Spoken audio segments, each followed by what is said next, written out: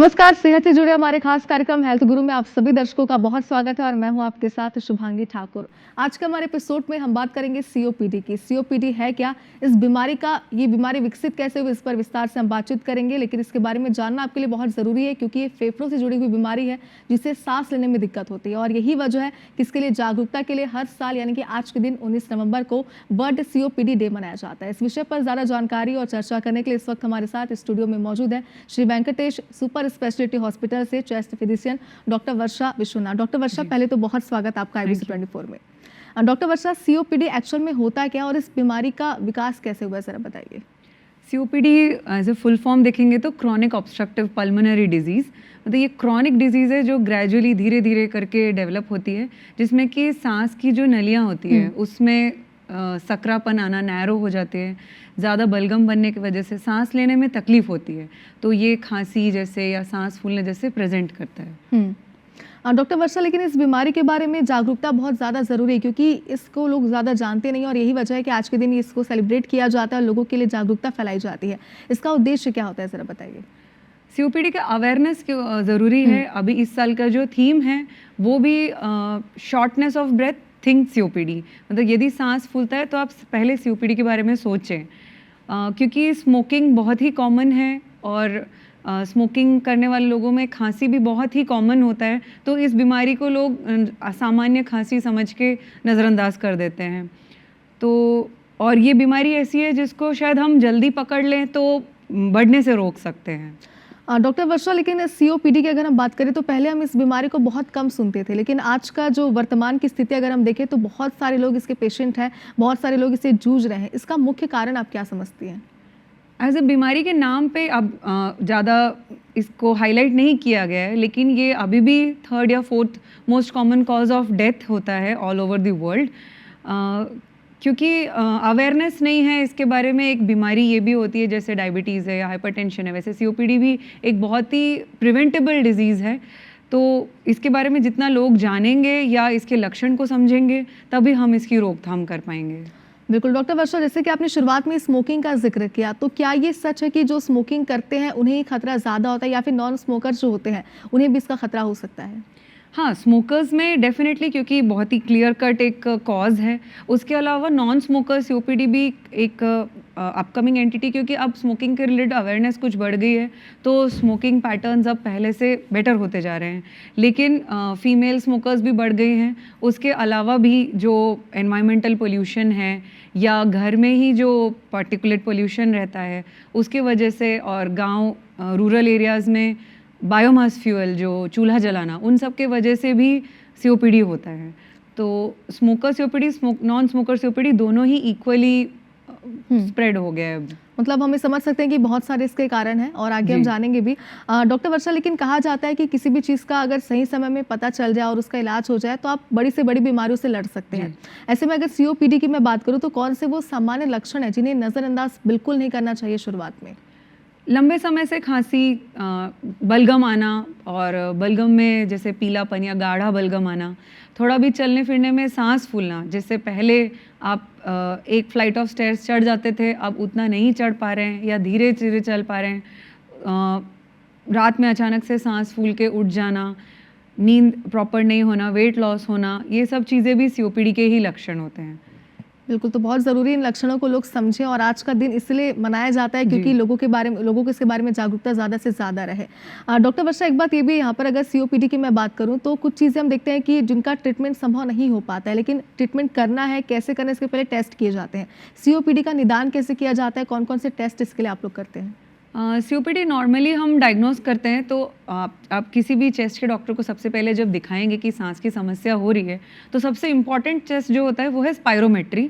उसके अलावा भी हम चेस्ट एक्सरे भी करते हैं और ब्लड टेस्ट भी करते हैं, लेकिन सबसे इम्पॉर्टेंट टेस्ट बोलेंगे तो वो है स्पायरोमेट्री।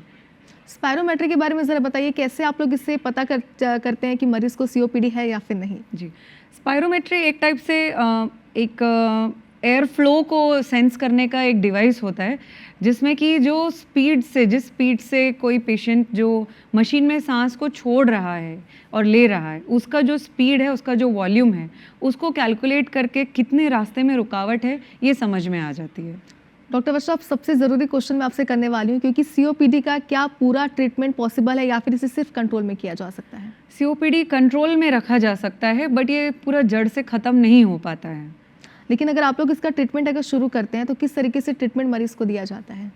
नॉर्मली जो सीओपीडी का ट्रीटमेंट रहता है उसमें हम इन्हेलर्स यूज़ करते हैं। उसके अलावा भी कुछ मेडिसिन होती हैं जो बलगम को लूज़ करने के लिए, कभी इन्फेक्शन हो गया तो उसके लिए एंटीबायोटिक्स वगैरह रहता है, लेकिन जो मेन स्टे ऑफ ट्रीटमेंट है वो इन्हेलर्स ही होते हैं।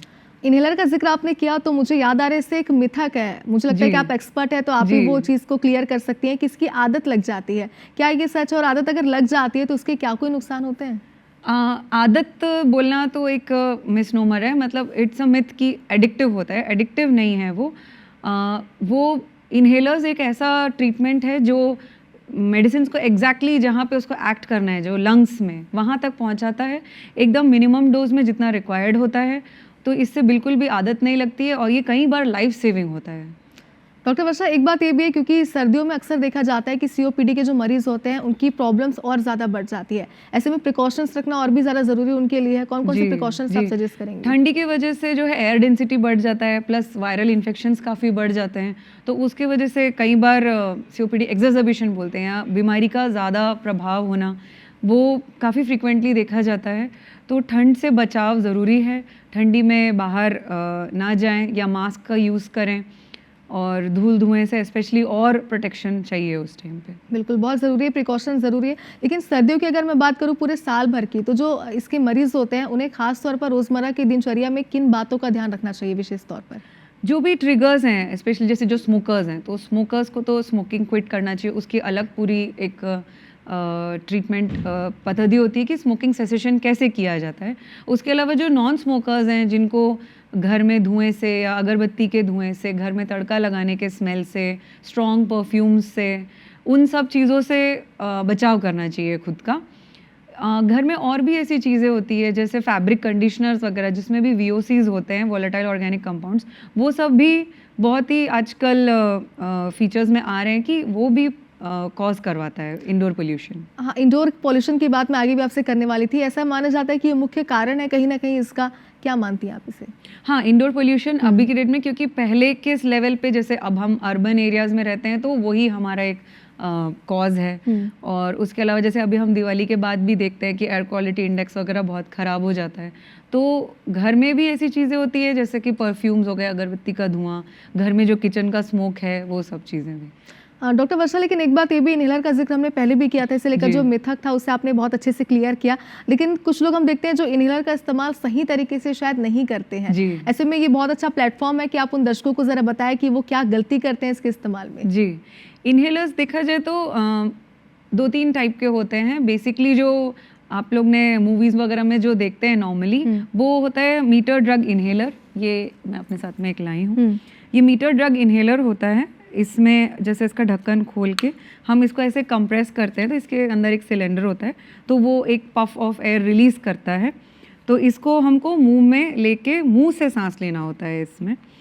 इसमें लोग क्या करते हैं, या तो कहीं और पे स्प्रे कर देते हैं या बहुत जल्दी जल्दी उसको यूज़ कर लेते हैं, और यूज़ करने के बाद में जो है दवाई जो मुंह में डिपॉजिट होती है उसको हमको खाली करना होता है, तो कुल्ला करना होता है, मुंह क्लियर रिंस करना पड़ता है उसके बाद। तो कई लोग अगर ये डायरेक्टली नहीं ले पाते हैं तो हमारे पास एक स्पेसर डिवाइस होता है जिसमें कि ये कनेक्ट हो जाता है, तो फिर इसके थ्रू हम आराम से सांस ले सकते हैं। तो इसमें दवाई का जो है डोज भी प्रॉपरली डिलीवर हो जाता है और लॉस ऑफ मेडिसिन नहीं होता। इसके अलावा भी एक डिवाइस होता है जिसको हम ड्राई पाउडर इनहेलर के लिए यूज़ करते हैं। इसमें जो कि एक कैप्सूल रखने की जगह होती है, और इसमें इसको भी सेम वही दवाई जो इसमें रहती है उसी का एक कैप्सूल फॉर्मेट में इसको यूज़ किया जाता है। इसको लेने के बाद भी मुंह कुल्ला करना ज़रूरी होता है। तो ये अलग अलग टाइप्स हैं जिससे कि हम दवाई को लंग्स के अंदर में पहुंचा सकें। मुझे लगता है कि प्रॉपर एक प्रोसेस है जो आपने बताया, और ये बातों का ध्यान रखना बहुत ज़्यादा ज़रूरी है, क्योंकि कई बार वो गलत इस्तेमाल करते हैं और फिर कहते हैं असर नहीं हो रहा है या कुछ और प्रॉब्लम हो रही है। डॉक्टर वर्षा, एक बात ये भी, कोविड-19 की अगर मैं बात करूँ तो हम देखते हैं कि इसके बाद से लोगों की जो जीवन शैली है बहुत बदली है। बहुत सारी ऐसी प्रॉब्लम्स है जो ज़्यादा बढ़ती जा रही है, जिसमें फेफड़ों की समस्या भी है। तो क्या इस बीमारी को भी मैं मान सकते हैं कि कोविड-19 के बाद ही इसमें ज़्यादा वृद्धि देखी जा रही है? कुछ हाँ यस कुछ केसेस में काफ़ी अभी इंक्रीज़ भी हो गया है, कुछ तो अवेयरनेस भी बढ़ गई है लोगों में, तो मुझे लगता है कि वन ऑफ द रीज़न्स वो भी है कि एक तो एलर्जीज़ भी थोड़ा-सा इंक्रीज़ हो गए हैं, फाइब्रोसिस थोड़ा-सा इंक्रीज़ हो गया है, तो शायद सीओपीडी इसलिए भी बढ़ गया है। प्लस अवेयरनेस लोगों में काफ़ी बढ़ गई है कि सांस संबंधित परेशानियाँ क्या-क्या हैं, तो थोड़ा डॉक्टर्स से मिलने का भी एक अवेयरनेस बढ़ गया है अभी इस बारे में। बिल्कुल, यही बहुत ज़रूरी है कि लोगों में अवेयरनेस इस चीज़ को लें। जी। लेकिन सीओपीडी के जो मरीज़ होते हैं, उनके लिए फ्लू और निमोनिया का वैक्सीन कितना ज़रूरी है? बहुत ज़रूरी है। वो जितना ही आपका इन्हेलर थेरेपी, जितना मेडिकेशन ज़रूरी है, लगभग उतना ही इक्वली इम्पॉर्टेंट है, क्योंकि वैक्सीनेशन लगाने से आप नेक्स्ट टाइम कभी एक्सर्बेशन होने से रोकते हैं, हॉस्पिटलाइजेशन होने से बचा सकते हैं और बीमारी को और आगे बढ़ने से कुछ हद तक हम रोक सकते हैं। बिल्कुल, डॉक्टर वर्षा, अब तक आपने जिस तरीके से हमें जानकारी दी सीओपीडी को लेके, हमें इतना तो समझ में आ गया कि इसे कंट्रोल करना बहुत ज़्यादा ज़रूरी जी। है। ऐसे में अपनी लाइफ़स्टाइल में क्या कुछ बदलाव करके, क्या कुछ चीज़ें ठीक करके इसे बचा जा सकता है और इसे पूरी तरीके से कंट्रोल में रखा जा सकता है? पहले तो सबसे पहले आप अपने डॉक्टर से सलाह लें कि आपका कौन-सा लेवल पे है अभी सीओपीडी। अगर माइल्ड है कि मॉडरेट है कि सीवियर है कि वेरी सीवियर है, तो उस हिसाब से आपका ट्रीटमेंट प्रोटोकॉल चलता है। यदि माइल्ड या मॉडरेट सीओपीडी है, तो आप एकदम एक हेल्दी इंडिविजुअल जैसे ही आप अपना पूरा जीवन व्यतीत कर सकते हैं कुछ दवाइयों की मदद से। बाकी उसके अलावा आपको पल्मोनरी रिहैबिलिटेशन करना है, जिसमें कि कुछ ब्रीदिंग एक्सरसाइजेज़ वगैरह इंक्लूडेड होती हैं, वैक्सीनेशन लेना है, न्यूट्रिशन जिसमें कि प्रोटीन अच्छे से लेना होता है। बेसिकली और बाकी जो पोल्यूशन है, स्मोकिंग है, उन सबको अवॉइड करना है। डॉक्टर वर्षा, नेबुलाइज़र का प्रयोग देखते हैं कि हम लोग बहुत लंबे समय तक कुछ लोग करते हैं। ये जी। कितना सुरक्षित है आपके हिसाब से? क्योंकि आप एक्सपर्ट हैं, आप ही से अच्छे जी। से समझा सकती हैं। नेबुलाइज़र जैसे हम लोग हॉस्पिटल में यूज़ करते हैं इन केस ऑफ इमरजेंसी, तो जब हम ये सब डिवाइसेस यूज़ नहीं कर पाते हैं, जब पेशेंट की सांस लेने की गति इतनी कम होती है कि वो सांस खींच नहीं पाते हैं, तब नेबुलाइज़र जो है वो दवाई को अंदर पहुंचाने का काम करता है। तो sort of an emergency situation में तो जैसे शुरू के 3 दिन 5 दिन का भी यूज़ कर लिया, but on a daily basis उसको यूज़ करने के लिए हम लोग एडवाइस नहीं करते हैं, या कुछ स्टेबलाइज होने के बाद में हम वापस इन्हेलर्स पे ही शिफ्ट होने के लिए सलाह देते हैं। डॉक्टर वर्षा, पैसिव स्मोकिंग के बारे में हमने काफ़ी कुछ सुना है। जी। ये बच्चों के लिए और खासतौर पर वयस्कों के लिए कितनी खतरनाक हो सकती है? नहीं, पैसिव स्मोकिंग तो इक्वली बैड है, जितना स्मोकिंग करने जितना ही है। तो वो उसमें जो है, जो सिगरेट के जो साइड से निकलता हुआ जो धुआं है, जिसमें कि निकोटिन और उसके अलावा भी कुछ और ऑर्गेनिक कंपाउंड जो रिलीज होते हैं, वो आसपास के लोगों को, स्पेशली एकदम क्लोज पार्टनर्स को, घर में जो रहने वाले बच्चे हैं, उन सबको बहुत ज़्यादा इफ़ेक्ट करता है और उसको वो अवॉइड भी नहीं कर पाते हैं। बिल्कुल, बहुत ज़रूरी है इससे भी कहीं न कहीं बचना। डॉक्टर वर्षा, जी। एक बात ये भी है, हम कितना भी कहते हैं कि तकनीक आगे बढ़ चुकी है और अब तकनीकी चीज़ों का इस्तेमाल किया जाता है, लेकिन ग्रामीण क्षेत्रों की अगर मैं बात करूँ तो यहाँ पर कुछ क्षेत्र अभी भी ऐसे हैं जहाँ पर चूल्हे का इस्तेमाल जी। किया जाता है। इनसे जो निकलने वाला धुआं है, ये कितना खतरनाक हो सकता है? नहीं, वो चूल्हे का धुआं तो काफ़ी ज़्यादा दिक्कत करता ही है, क्योंकि वो क्लोज्ड स्पेसेस में किचन्स जो रहती हैं वहाँ पे, उसमें उतना एयर फ्लो नहीं होता है, तो फिर वो उसी एरिया में काफ़ी देर तक जो फीमेल्स हैं वहीं रह के उनको कुकिंग करनी पड़ती है, तो इस चक्कर में काफ़ी ज़्यादा अमाउंट ऑफ एक्सपोजर हो जाता है उन लोगों को। तो जितना भी हो सकता है कि गैस वाले चूल्हा यूज़ करें या एकदम वेल वेंटिलेटेड एरिया में रहे, वैसे कर सकते हैं। डॉक्टर वर्षा, एक बात ये भी है यहाँ पर, जैसे कि अगर हम पॉल्यूशन की बात करें तो आज का रोज़मर्रा की ज़िंदगी में बहुत मुश्किल है पॉल्यूशन से बचना, क्योंकि हम रोज़ सड़कों जी। पर जाते आते हैं। ऐसे में फिर भी अगर आप डॉक्टर होने के नाते कोई सलाह हमें देना चाहेंगे कि हम सीओपीडी से बच सकते हैं, एयर पॉल्यूशन से बच सकते हैं? एयर पोल्यूशन से बचने का कोई बहुत इंडिविजुअल लेवल पे बहुत कुछ हम नहीं कर पाएंगे। हम मास्क वगैरह यूज़ कर सकते हैं, और जब हेवीली पोल्यूटेड टाइमिंग चल रहा है, जैसे एयर क्वालिटी इंडेक्स के बारे में रोज़ ही बताया जाता है, तो आप उसको देखते हुए यदि आप वर्क फ्रॉम होम कर पाएंगे या इंडोर में आप कुछ फिल्टर्स वगैरह लगा पाएंगे अपने आप को उस दौरान में, जबकि बहुत ज़्यादा पोल्यूशन है, तब आप बचा सकते हैं। बाकी फिर तो जो एनवायरमेंटल लेवल पे जो गवर्नमेंट्स करती हैं, फिर वही मेजर्स हैं जो किए जा सकते हैं। अगर मैं वेंकटेश की बात करूँ तो यहाँ पर अगर मरीज़ आते हैं तो आप लोग किस तरीके से उन्हें ट्रीट करते हैं इसके लिए? हम लोग इनिशियली जब पेशेंट आते हैं तो उनका बेसिक स्पायरोमेट्री होता है, एक्सरेज होते हैं, ब्लड टेस्ट होते हैं और उसके बाद यदि कुछ दिक्कत लगती है तो उनको इन्हेलर थेरेपी चालू करवाई जाती है, इन्हेलर टेक्निक सिखाया जाता है। उसके अलावा भी वैक्सीनेशन और पल्मोनरी रिहैबिलिटेशन वगैरह भी सिखाया जाता है। डॉक्टर वर्षा, आज वर्ल्ड सीओपीडी डे मनाया जा रहा है, ऐसे में हमारे दर्शकों को आप क्या कहना चाहेंगे इसे लेकर, क्योंकि हम देखते हैं कि लोगों को फेफड़ों की समस्या है, सांस लेने में प्रॉब्लम हो रही है, वो ये नहीं समझ पाते कि एक्चुअल में उनकी प्रॉब्लम क्या है, वो खुद से तर्क निकालते रहते हैं और घरेलू उपाय भी करते हैं जो बहुत बड़ा जोखिम हो सकता है, तो उन्हें आप क्या कहना चाहेंगे? नहीं, सांसें बहुत ही इम्पॉर्टेंट है, उसके बिना तो थोड़ा भी चल पाना मुश्किल होता है। ये उन पेशेंट्स को देख के समझ में आता है कि जिनको रियली बहुत एडवांस सीओपीडी होता है। तो आपको, अगर आप स्मोकर हैं या पोल्यूशन से एक्सपोज हैं, तो यदि आपको खांसी है, सांस फूलने की परेशानी हो रही है, तो डेफिनेटली आप एक चेस्ट फिजिशियन को दिखाइए और आप अपने टेस्ट करवाइए और अगर ज़रूरत है तो आप इन्हेलर्स लीजिए और जैसे भी एडवाइस किया जाता है उसको फॉलो कीजिए, बट नज़रअंदाज मत कीजिए। बिल्कुल। डॉक्टर वर्षा, एक बात ये भी, क्योंकि आजकल के लोग में हम देखते हैं खास तौर पे कि सभी में ये चीज़ आ चुकी है कि लोग लापरवाही बहुत बरतते हैं, उन्हें पता है कि कंट्रोल कैसे करना है, क्या प्रिकॉशंस रखने हैं, लेकिन उसके बावजूद भी वो लापरवाही बरतते हैं और बाद में जब चीज़ें बढ़ जाती है तो उसका ट्रीटमेंट नहीं हो पाता। तो ऐसे में आपने जो प्रिकॉशंस बताया, उम्मीद है दर्शक वो ज़रूर उसे रखेंगे, लेकिन अगर वो नहीं रखते हैं तो ये कितना उनके लिए खतरनाक साबित हो सकता है? खतरनाक है क्योंकि जैसे मैंने बताया, ये थर्ड या fourth leading cause of death है अभी भी, और ऐसी बीमारी है जिसको हम अभी से रोकथाम करें तो ये बढ़ने से रुक सकता है, पर एक बार होने के बाद में फिर हम उसको जड़ से नहीं मिटा सकते हैं। तो जितना जल्दी उसको आइडेंटिफाई करेंगे, जिसके अवेयर हो जाएंगे उसके बारे में, तो हम उसके लिए कुछ निदान कर पाएंगे।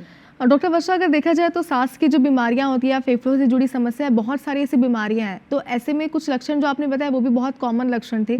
ऐसे में ये पता कर पाना थोड़ा आम लोगों के लिए मुश्किल हो जाता है बिना टेस्ट के कि ये सीओपीडी की ही समस्या है, तो उन्हें ये कैसे पता चलेगा? क्या कोई तरीका ऐसा है जिससे हम अंदाजा लगा सकते हैं कि ये समस्या उस ओर जा रही है? लंग्स में तो बहुत सारी प्रॉब्लम्स होती हैं, जैसे खांसी हो गया या सांस फूलना, अकेले लंग्स से ही संबंधित बहुत सारी बीमारियों में ये लक्षण होते हैं। तो मेन इसमें आपको, जब आप एक डॉक्टर से मिलेंगे, हम उसमें पीएफटी करेंगे, स्पायरोमेट्री जब करेंगे, तब उसके बेसिस पे डिसाइड होता है कि ये सीओपीडी है, कि एस्थमा है, कि कुछ इन्फेक्शन है, निमोनिया है, तभी वो चीज़ पता चलेगी। डॉक्टर वर्षा, आपने बहुत सारे लोगों को ट्रीटमेंट दिया होगा इसे लेकर के, ऐसे में कुछ ऐसे केसेस भी होते होंगे जिन्हें आपको लगता होगा कि लोगों को इसके बारे में पता होना चाहिए कि अगर आप इतने अच्छे से प्रिकॉशंस रखते हैं और डॉक्टर की सलाह का पालन करते हैं तो आप जल्दी ठीक भी हो सकते हैं, और अगर नहीं पालन करते हैं तो ये प्रॉब्लम आगे हो सकती है। क्या कोई ऐसा केस आप हमारे साथ शेयर करेंगे? स्पेशली प्रॉब्लम क्या होता है कि कई दिनों से जो स्मोकिंग कर रहे होते हैं, नॉर्मली वो पेशेंट्स आते हैं अपने पास, तो उनको जब हम स्मोकिंग छोड़ने की सलाह देते हैं और फिर वो दवाइयाँ लेने लगते हैं, तब उनमें काफ़ी सिग्निफिकेंट इम्प्रूवमेंट दिखाई देता है। तो वो काफ़ी बेटर फील करते हैं। पहले वो एक मंजिल सीढ़ी भी नहीं चढ़ पाते रहते होंगे, लेकिन धीरे धीरे स्मोकिंग छोड़ने से, इन्हेलर्स लेने से, फिजियोथेरेपी करने से वो धीरे धीरे बेटर होके सेकंड फ्लोर, थर्ड फ्लोर तक भी चढ़ जाते हैं। डॉक्टर वर्षा, ये तो आपने बताया कि जो स्मोक करते हैं उन्हें ज़्यादा थकान हो जाती है, लेकिन आजकल हम देखते हैं कि जो बहुत यंगस्टर्स हैं, बहुत युवा है जो ऑफिस जाते हैं, कॉलेज जाते हैं, वो स्मोक नहीं करते, उसके बावजूद भी वो सीढ़ी नहीं चढ़ते, लिफ्ट का इस्तेमाल करते हैं। तो इसका कारण आप क्या मानती हैं कि इतनी बड़ी लापरवाही करना खुद के साथ, और कहीं ना कहीं एक आलस के तौर पर भी इसे देखा जाता है, तो ये कितना घातक साबित हो सकता है? नहीं, फिजिकल एक्टिविटी तो बहुत ही ज़रूरी है, क्योंकि वो भी, ओबेसिटी भी अभी जो इंक्रीज होता हुआ दिख रहा है, कि तो ओबेसिटी अपने आप में बहुत सारे लंग्स के कंडीशंस को अफेक्ट करता है। तो फिजिकली एक्टिव रहने से आपका जो लंग्स का कैपेसिटी है वो मेंटेन रहेगा, कम होने से रुक जाएगा। डॉक्टर वर्षा, लेकिन एक बात ये भी, सीओपीडी की अगर मैं बात करूँ तो जैसे अगर हम डायबिटीज़ के मरीजों की बात करें तो कुछ चीज़ें डॉक्टर्स उन्हें कहते हैं कि आप हमेशा अपने साथ ही नहीं रखिए अगर आप कहीं भी जाते हैं, क्योंकि कभी अगर ये बढ़ गया आपके आसपास डॉक्टर्स नहीं तो आपको दिक्कत हो सकती है। ऐसे में सीओपीडी के मरीजों को क्या चीज़ें अपने साथ, सीओपीडी मरीजों को स्पेशली इन्हेलर्स तो रखना ही चाहिए, और आई थिंक अपने पुराने रिकॉर्ड्स वगैरह या जैसे भी एक्सेस अगर होता है कि सांस फूलने की दिक्कत आ जाती है, तो आप एज सुन एज पॉसिबल किसी हॉस्पिटल में जाके नेबुलाइज करवा लें, इस टाइप से कर सकते हैं। बट एटलीस्ट एक इन्हेलर जो आप on a daily basis use कर रहे हैं उसको हमेशा अपने पास रखेंगे। बिल्कुल, बहुत ज़रूरी है ये। डॉक्टर वर्षा, एक बात ये भी मैं पूछना चाहती हूँ आपसे, क्योंकि अक्सर हम देखते हैं कि लोग डॉक्टर के पास जाने के लिए भी आलस करते हैं, लापरवाही बरतते हैं, वो सोचते हैं कि ठीक है घरेलू उपाय करते हैं या जब तक चीज़ें चल रही है वो चलने देते हैं, उन्हें आप क्या कहना चाहेंगी? डॉक्टर्स के पास फॉलोअप में तो एनीवे जाते ही रहना चाहिए, ताकि आपकी दवाइयाँ ऐसा नहीं है कि हमेशा एक ही लेवल पे चलती रहेंगी। अगर कुछ इम्प्रूवमेंट आता है, स्पायरोमेट्री हर बार जब आप आते हैं तो 3 महीने में 6 महीने में उसको हम रिपीट करा के देखते हैं। तो यदि उसमें इम्प्रूवमेंट है तो आपका दवाई का डोज भी कम हो सकता है, ओवरऑल नंबर ऑफ टैबलेट्स भी कम हो जाएंगी। तो ये चीज़ आपको तभी पता चलेगी जब आप डॉक्टर से फ्रीक्वेंटली विजिट करेंगे। बिल्कुल, कुछ चीज़ें हैं जो मैं आपसे ये भी समझना चाहती हूँ लाइफ़स्टाइल को लेकर, जैसे कि अक्सर डॉक्टर से कहते हैं कि आप अपनी दिनचर्या सही रखिए, खान-पान सही रखिए और रोज़ एक्सरसाइज कीजिए। ये सब चीज़ें अगर हम करते हैं तो सेहत से जुड़ा हमारा कार्यक्रम है, इसलिए मैं आपसे पूछना जी। चाहती हूँ, तो किन बीमारियों से हम बच सकते हैं और क्या हम मान सकते हैं कि आगे चल के सीओपीडी या ऐसी जो भी समस्या है उससे हम बच सकते हैं? हाँ, डेफ़िनेटली अगर हम रोज़ उठ के प्राणायाम वगैरह करते हैं, कुछ भी ब्रीदिंग एक्सरसाइजेस करते हैं, तो उसमें हमारा लंग कैपेसिटी बना रहेगा और लंग्स का जो इम्यूनिटी है वो भी बना रहेगा। तो और उसके अलावा अगर हम पोल्यूशन से बचें और स्मोकिंग ना करें और जो भी है जो सेंट्स वगैरह जो स्ट्रॉन्ग परफ्यूम्स होते हैं, एलर्जेंस होते हैं, उनसे अगर बचाव रखेंगे तो हो सकता है हमको ये बीमारी ना हो। बिल्कुल, बहुत ज़रूरी है कि अपनी लाइफ़स्टाइल लोग सही रखें। डॉक्टर वर्षा, एक बात ये भी है जो सबसे बड़ा सवाल है मुझे लगता है, क्योंकि यंगस्टर्स में अगर ये प्रॉब्लम हो रही है तो हम समझते हैं कि ठीक है जी। वो स्मोक करते होंगे, बड़ों में हो रही तो ठीक है कुछ और जी। प्रॉब्लम्स होगी, लेकिन बच्चों में भी आजकल ये समस्याएँ देख रहे हैं हम लोग, तो इसका क्या हाँ। कारण हो सकता है? सीओपीडी कुछ केसेस में आनुवांशिक, जैसे अल्फा 1 एंटीट्रिप्सिन डेफिशिएंसी जिसको बोलते हैं, वो भी एक सीओपीडी का ही एक फॉर्म है। तो जिसमें एक एंजाइम की डेफिशिएंसी होती है, वो आनुवांशिक बीमारी होती है। तो वो काफ़ी रेयर केसेस में ही ऐसा होता है। लेकिन अगर ऐसे बच्चे हैं जो पैसिव स्मोकिंग का शिकार हैं, तो उनके लिए फिर आपको सतर्क रहना पड़ेगा, उनके पेरेंट्स को आपको मना करना पड़ेगा कि ऐसे बच्चे प्रोन हैं तो उनके सामने स्पेशली आप स्मोकिंग ना करें। मतलब जेनेटिक भी इसका एक महत्वपूर्ण कारण हो हाँ, सकता है। है। डॉक्टर वर्षा, जी। लेकिन अगर पेरेंट्स को अगर है और वो अपना कंट्रोल में रखते हैं, सही तरीके से चीज़ें करते हैं, प्रिकॉशंस रखते हैं, तो भी क्या बच्चों में इसको लेकर के दिक्कत आगे हो सकती है? हाँ, हो सकती है। तो फिर आप लोग ट्रीटमेंट कैसे करते हैं? क्योंकि बच्चों में प्रिकॉशंस रखना तो मुझे लगता है काफ़ी बच्चों में दिक्कत प्रिकॉशन होता है। नहीं, ऐसे हमको लगता है कि बच्चे प्रिकॉशंस नहीं फॉलो करते हैं। एक्चुअली बच्चे बड़ों से बहुत अच्छे से हर प्रिकॉशन को समझते भी हैं और फॉलो भी करते हैं। तो बच्चे भी इक्वली फॉलो, यदि अगर पेरेंट्स उस चीज़ को बताएंगे कि करना है तो वो कर लेते हैं। बिल्कुल। डॉक्टर वर्षा, एक बात ये भी, अगर किसी को पहले से और भी कोई प्रॉब्लम, जैसे डायबिटीज़ की प्रॉब्लम जो कि आजकल लगभग 90% जी। लोगों को हो गई है, और किसी चीज़ की प्रॉब्लम अगर आपको पहले से ही अंदर में है और उसके बाद सीओपीडी अगर हो जाता है, तो क्या ये ज़्यादा खतरनाक हो सकता है और उसके बाद क्या प्रिकॉशंस रखने चाहिए यस, लोगों को? हाँ, अगर सीओपीडी वाले पेशेंट्स को डायबिटीज़ भी हो जाता है लेटर ऑन, तो ये एक टाइप से डबल इंसल्ट है इम्यून सिस्टम पे। पूरा इम्यून रेगुलेशन बहुत दिक्कत हो जाती है और आप इन्फेक्शन प्रोन डबल हो जाते हो। सीओपीडी अपने आप में इम्यूनिटी को सप्रेस करता है और डायबिटीज़ भी, तो फिर इन्फेक्शन होने का रेट काफ़ी ज़्यादा बढ़ जाता है ऐसे केसेस में। बिल्कुल। डॉक्टर वर्षा, एक आखिरी मैसेज आपका हम चाहते हैं, क्योंकि आज वर्ल्ड सीओपीडी डे मनाया जी। जा रहा है और जागरूकता के लिहाज से इस डे को सेलिब्रेट किया जाता है ताकि लोग इसके लिए अवेयर रह सकें, उनके अंदर इस चीज़ों को, लक्षणों को लेकर जानकारी हो, कारणों को लेकर। एक आखिरी मैसेज उनके लिए। कि कभी भी आप अपने सिम्टम्स को, जैसे कि खांसी आना, बलगम आना, सांस फूलना, इसको बिल्कुल इग्नोर ना करें। किसी ना किसी चेस्ट फिजिशियन को तुरंत से तुरंत दिखाएं और उनकी बताई हुई सलाह को आप फॉलो करें। बहुत थैंक यू सो मच वर्षा जी, आपने बहुत सारी जानकारियां दी सीओपीडी को लेकर, और मुझे लगता है कि एक डॉक्टर होने के नाते आपने लोगों को इन्हेलर का सही इस्तेमाल करना भी बताया, और ये भी बताया कि अगर वो लापरवाही बरतते हैं, प्रिकॉशंस नहीं रखते हैं, तो कितना खतरनाक साबित हो सकता है। बहुत शुक्रिया एक बार थैंक फिर यू से। So much. और इसी के साथ हमारी खास पेशकश में फिलहाल इतना ही, लेकिन एक बार फिर से आपसे ये कहना चाहते हैं कि आप अपने साथ अपने परिवार की सेहत का जरूर ध्यान रखिए, क्योंकि सेहत से बड़ी पूंजी और कोई नहीं है। हमें दीजिए इजाजत, नमस्कार।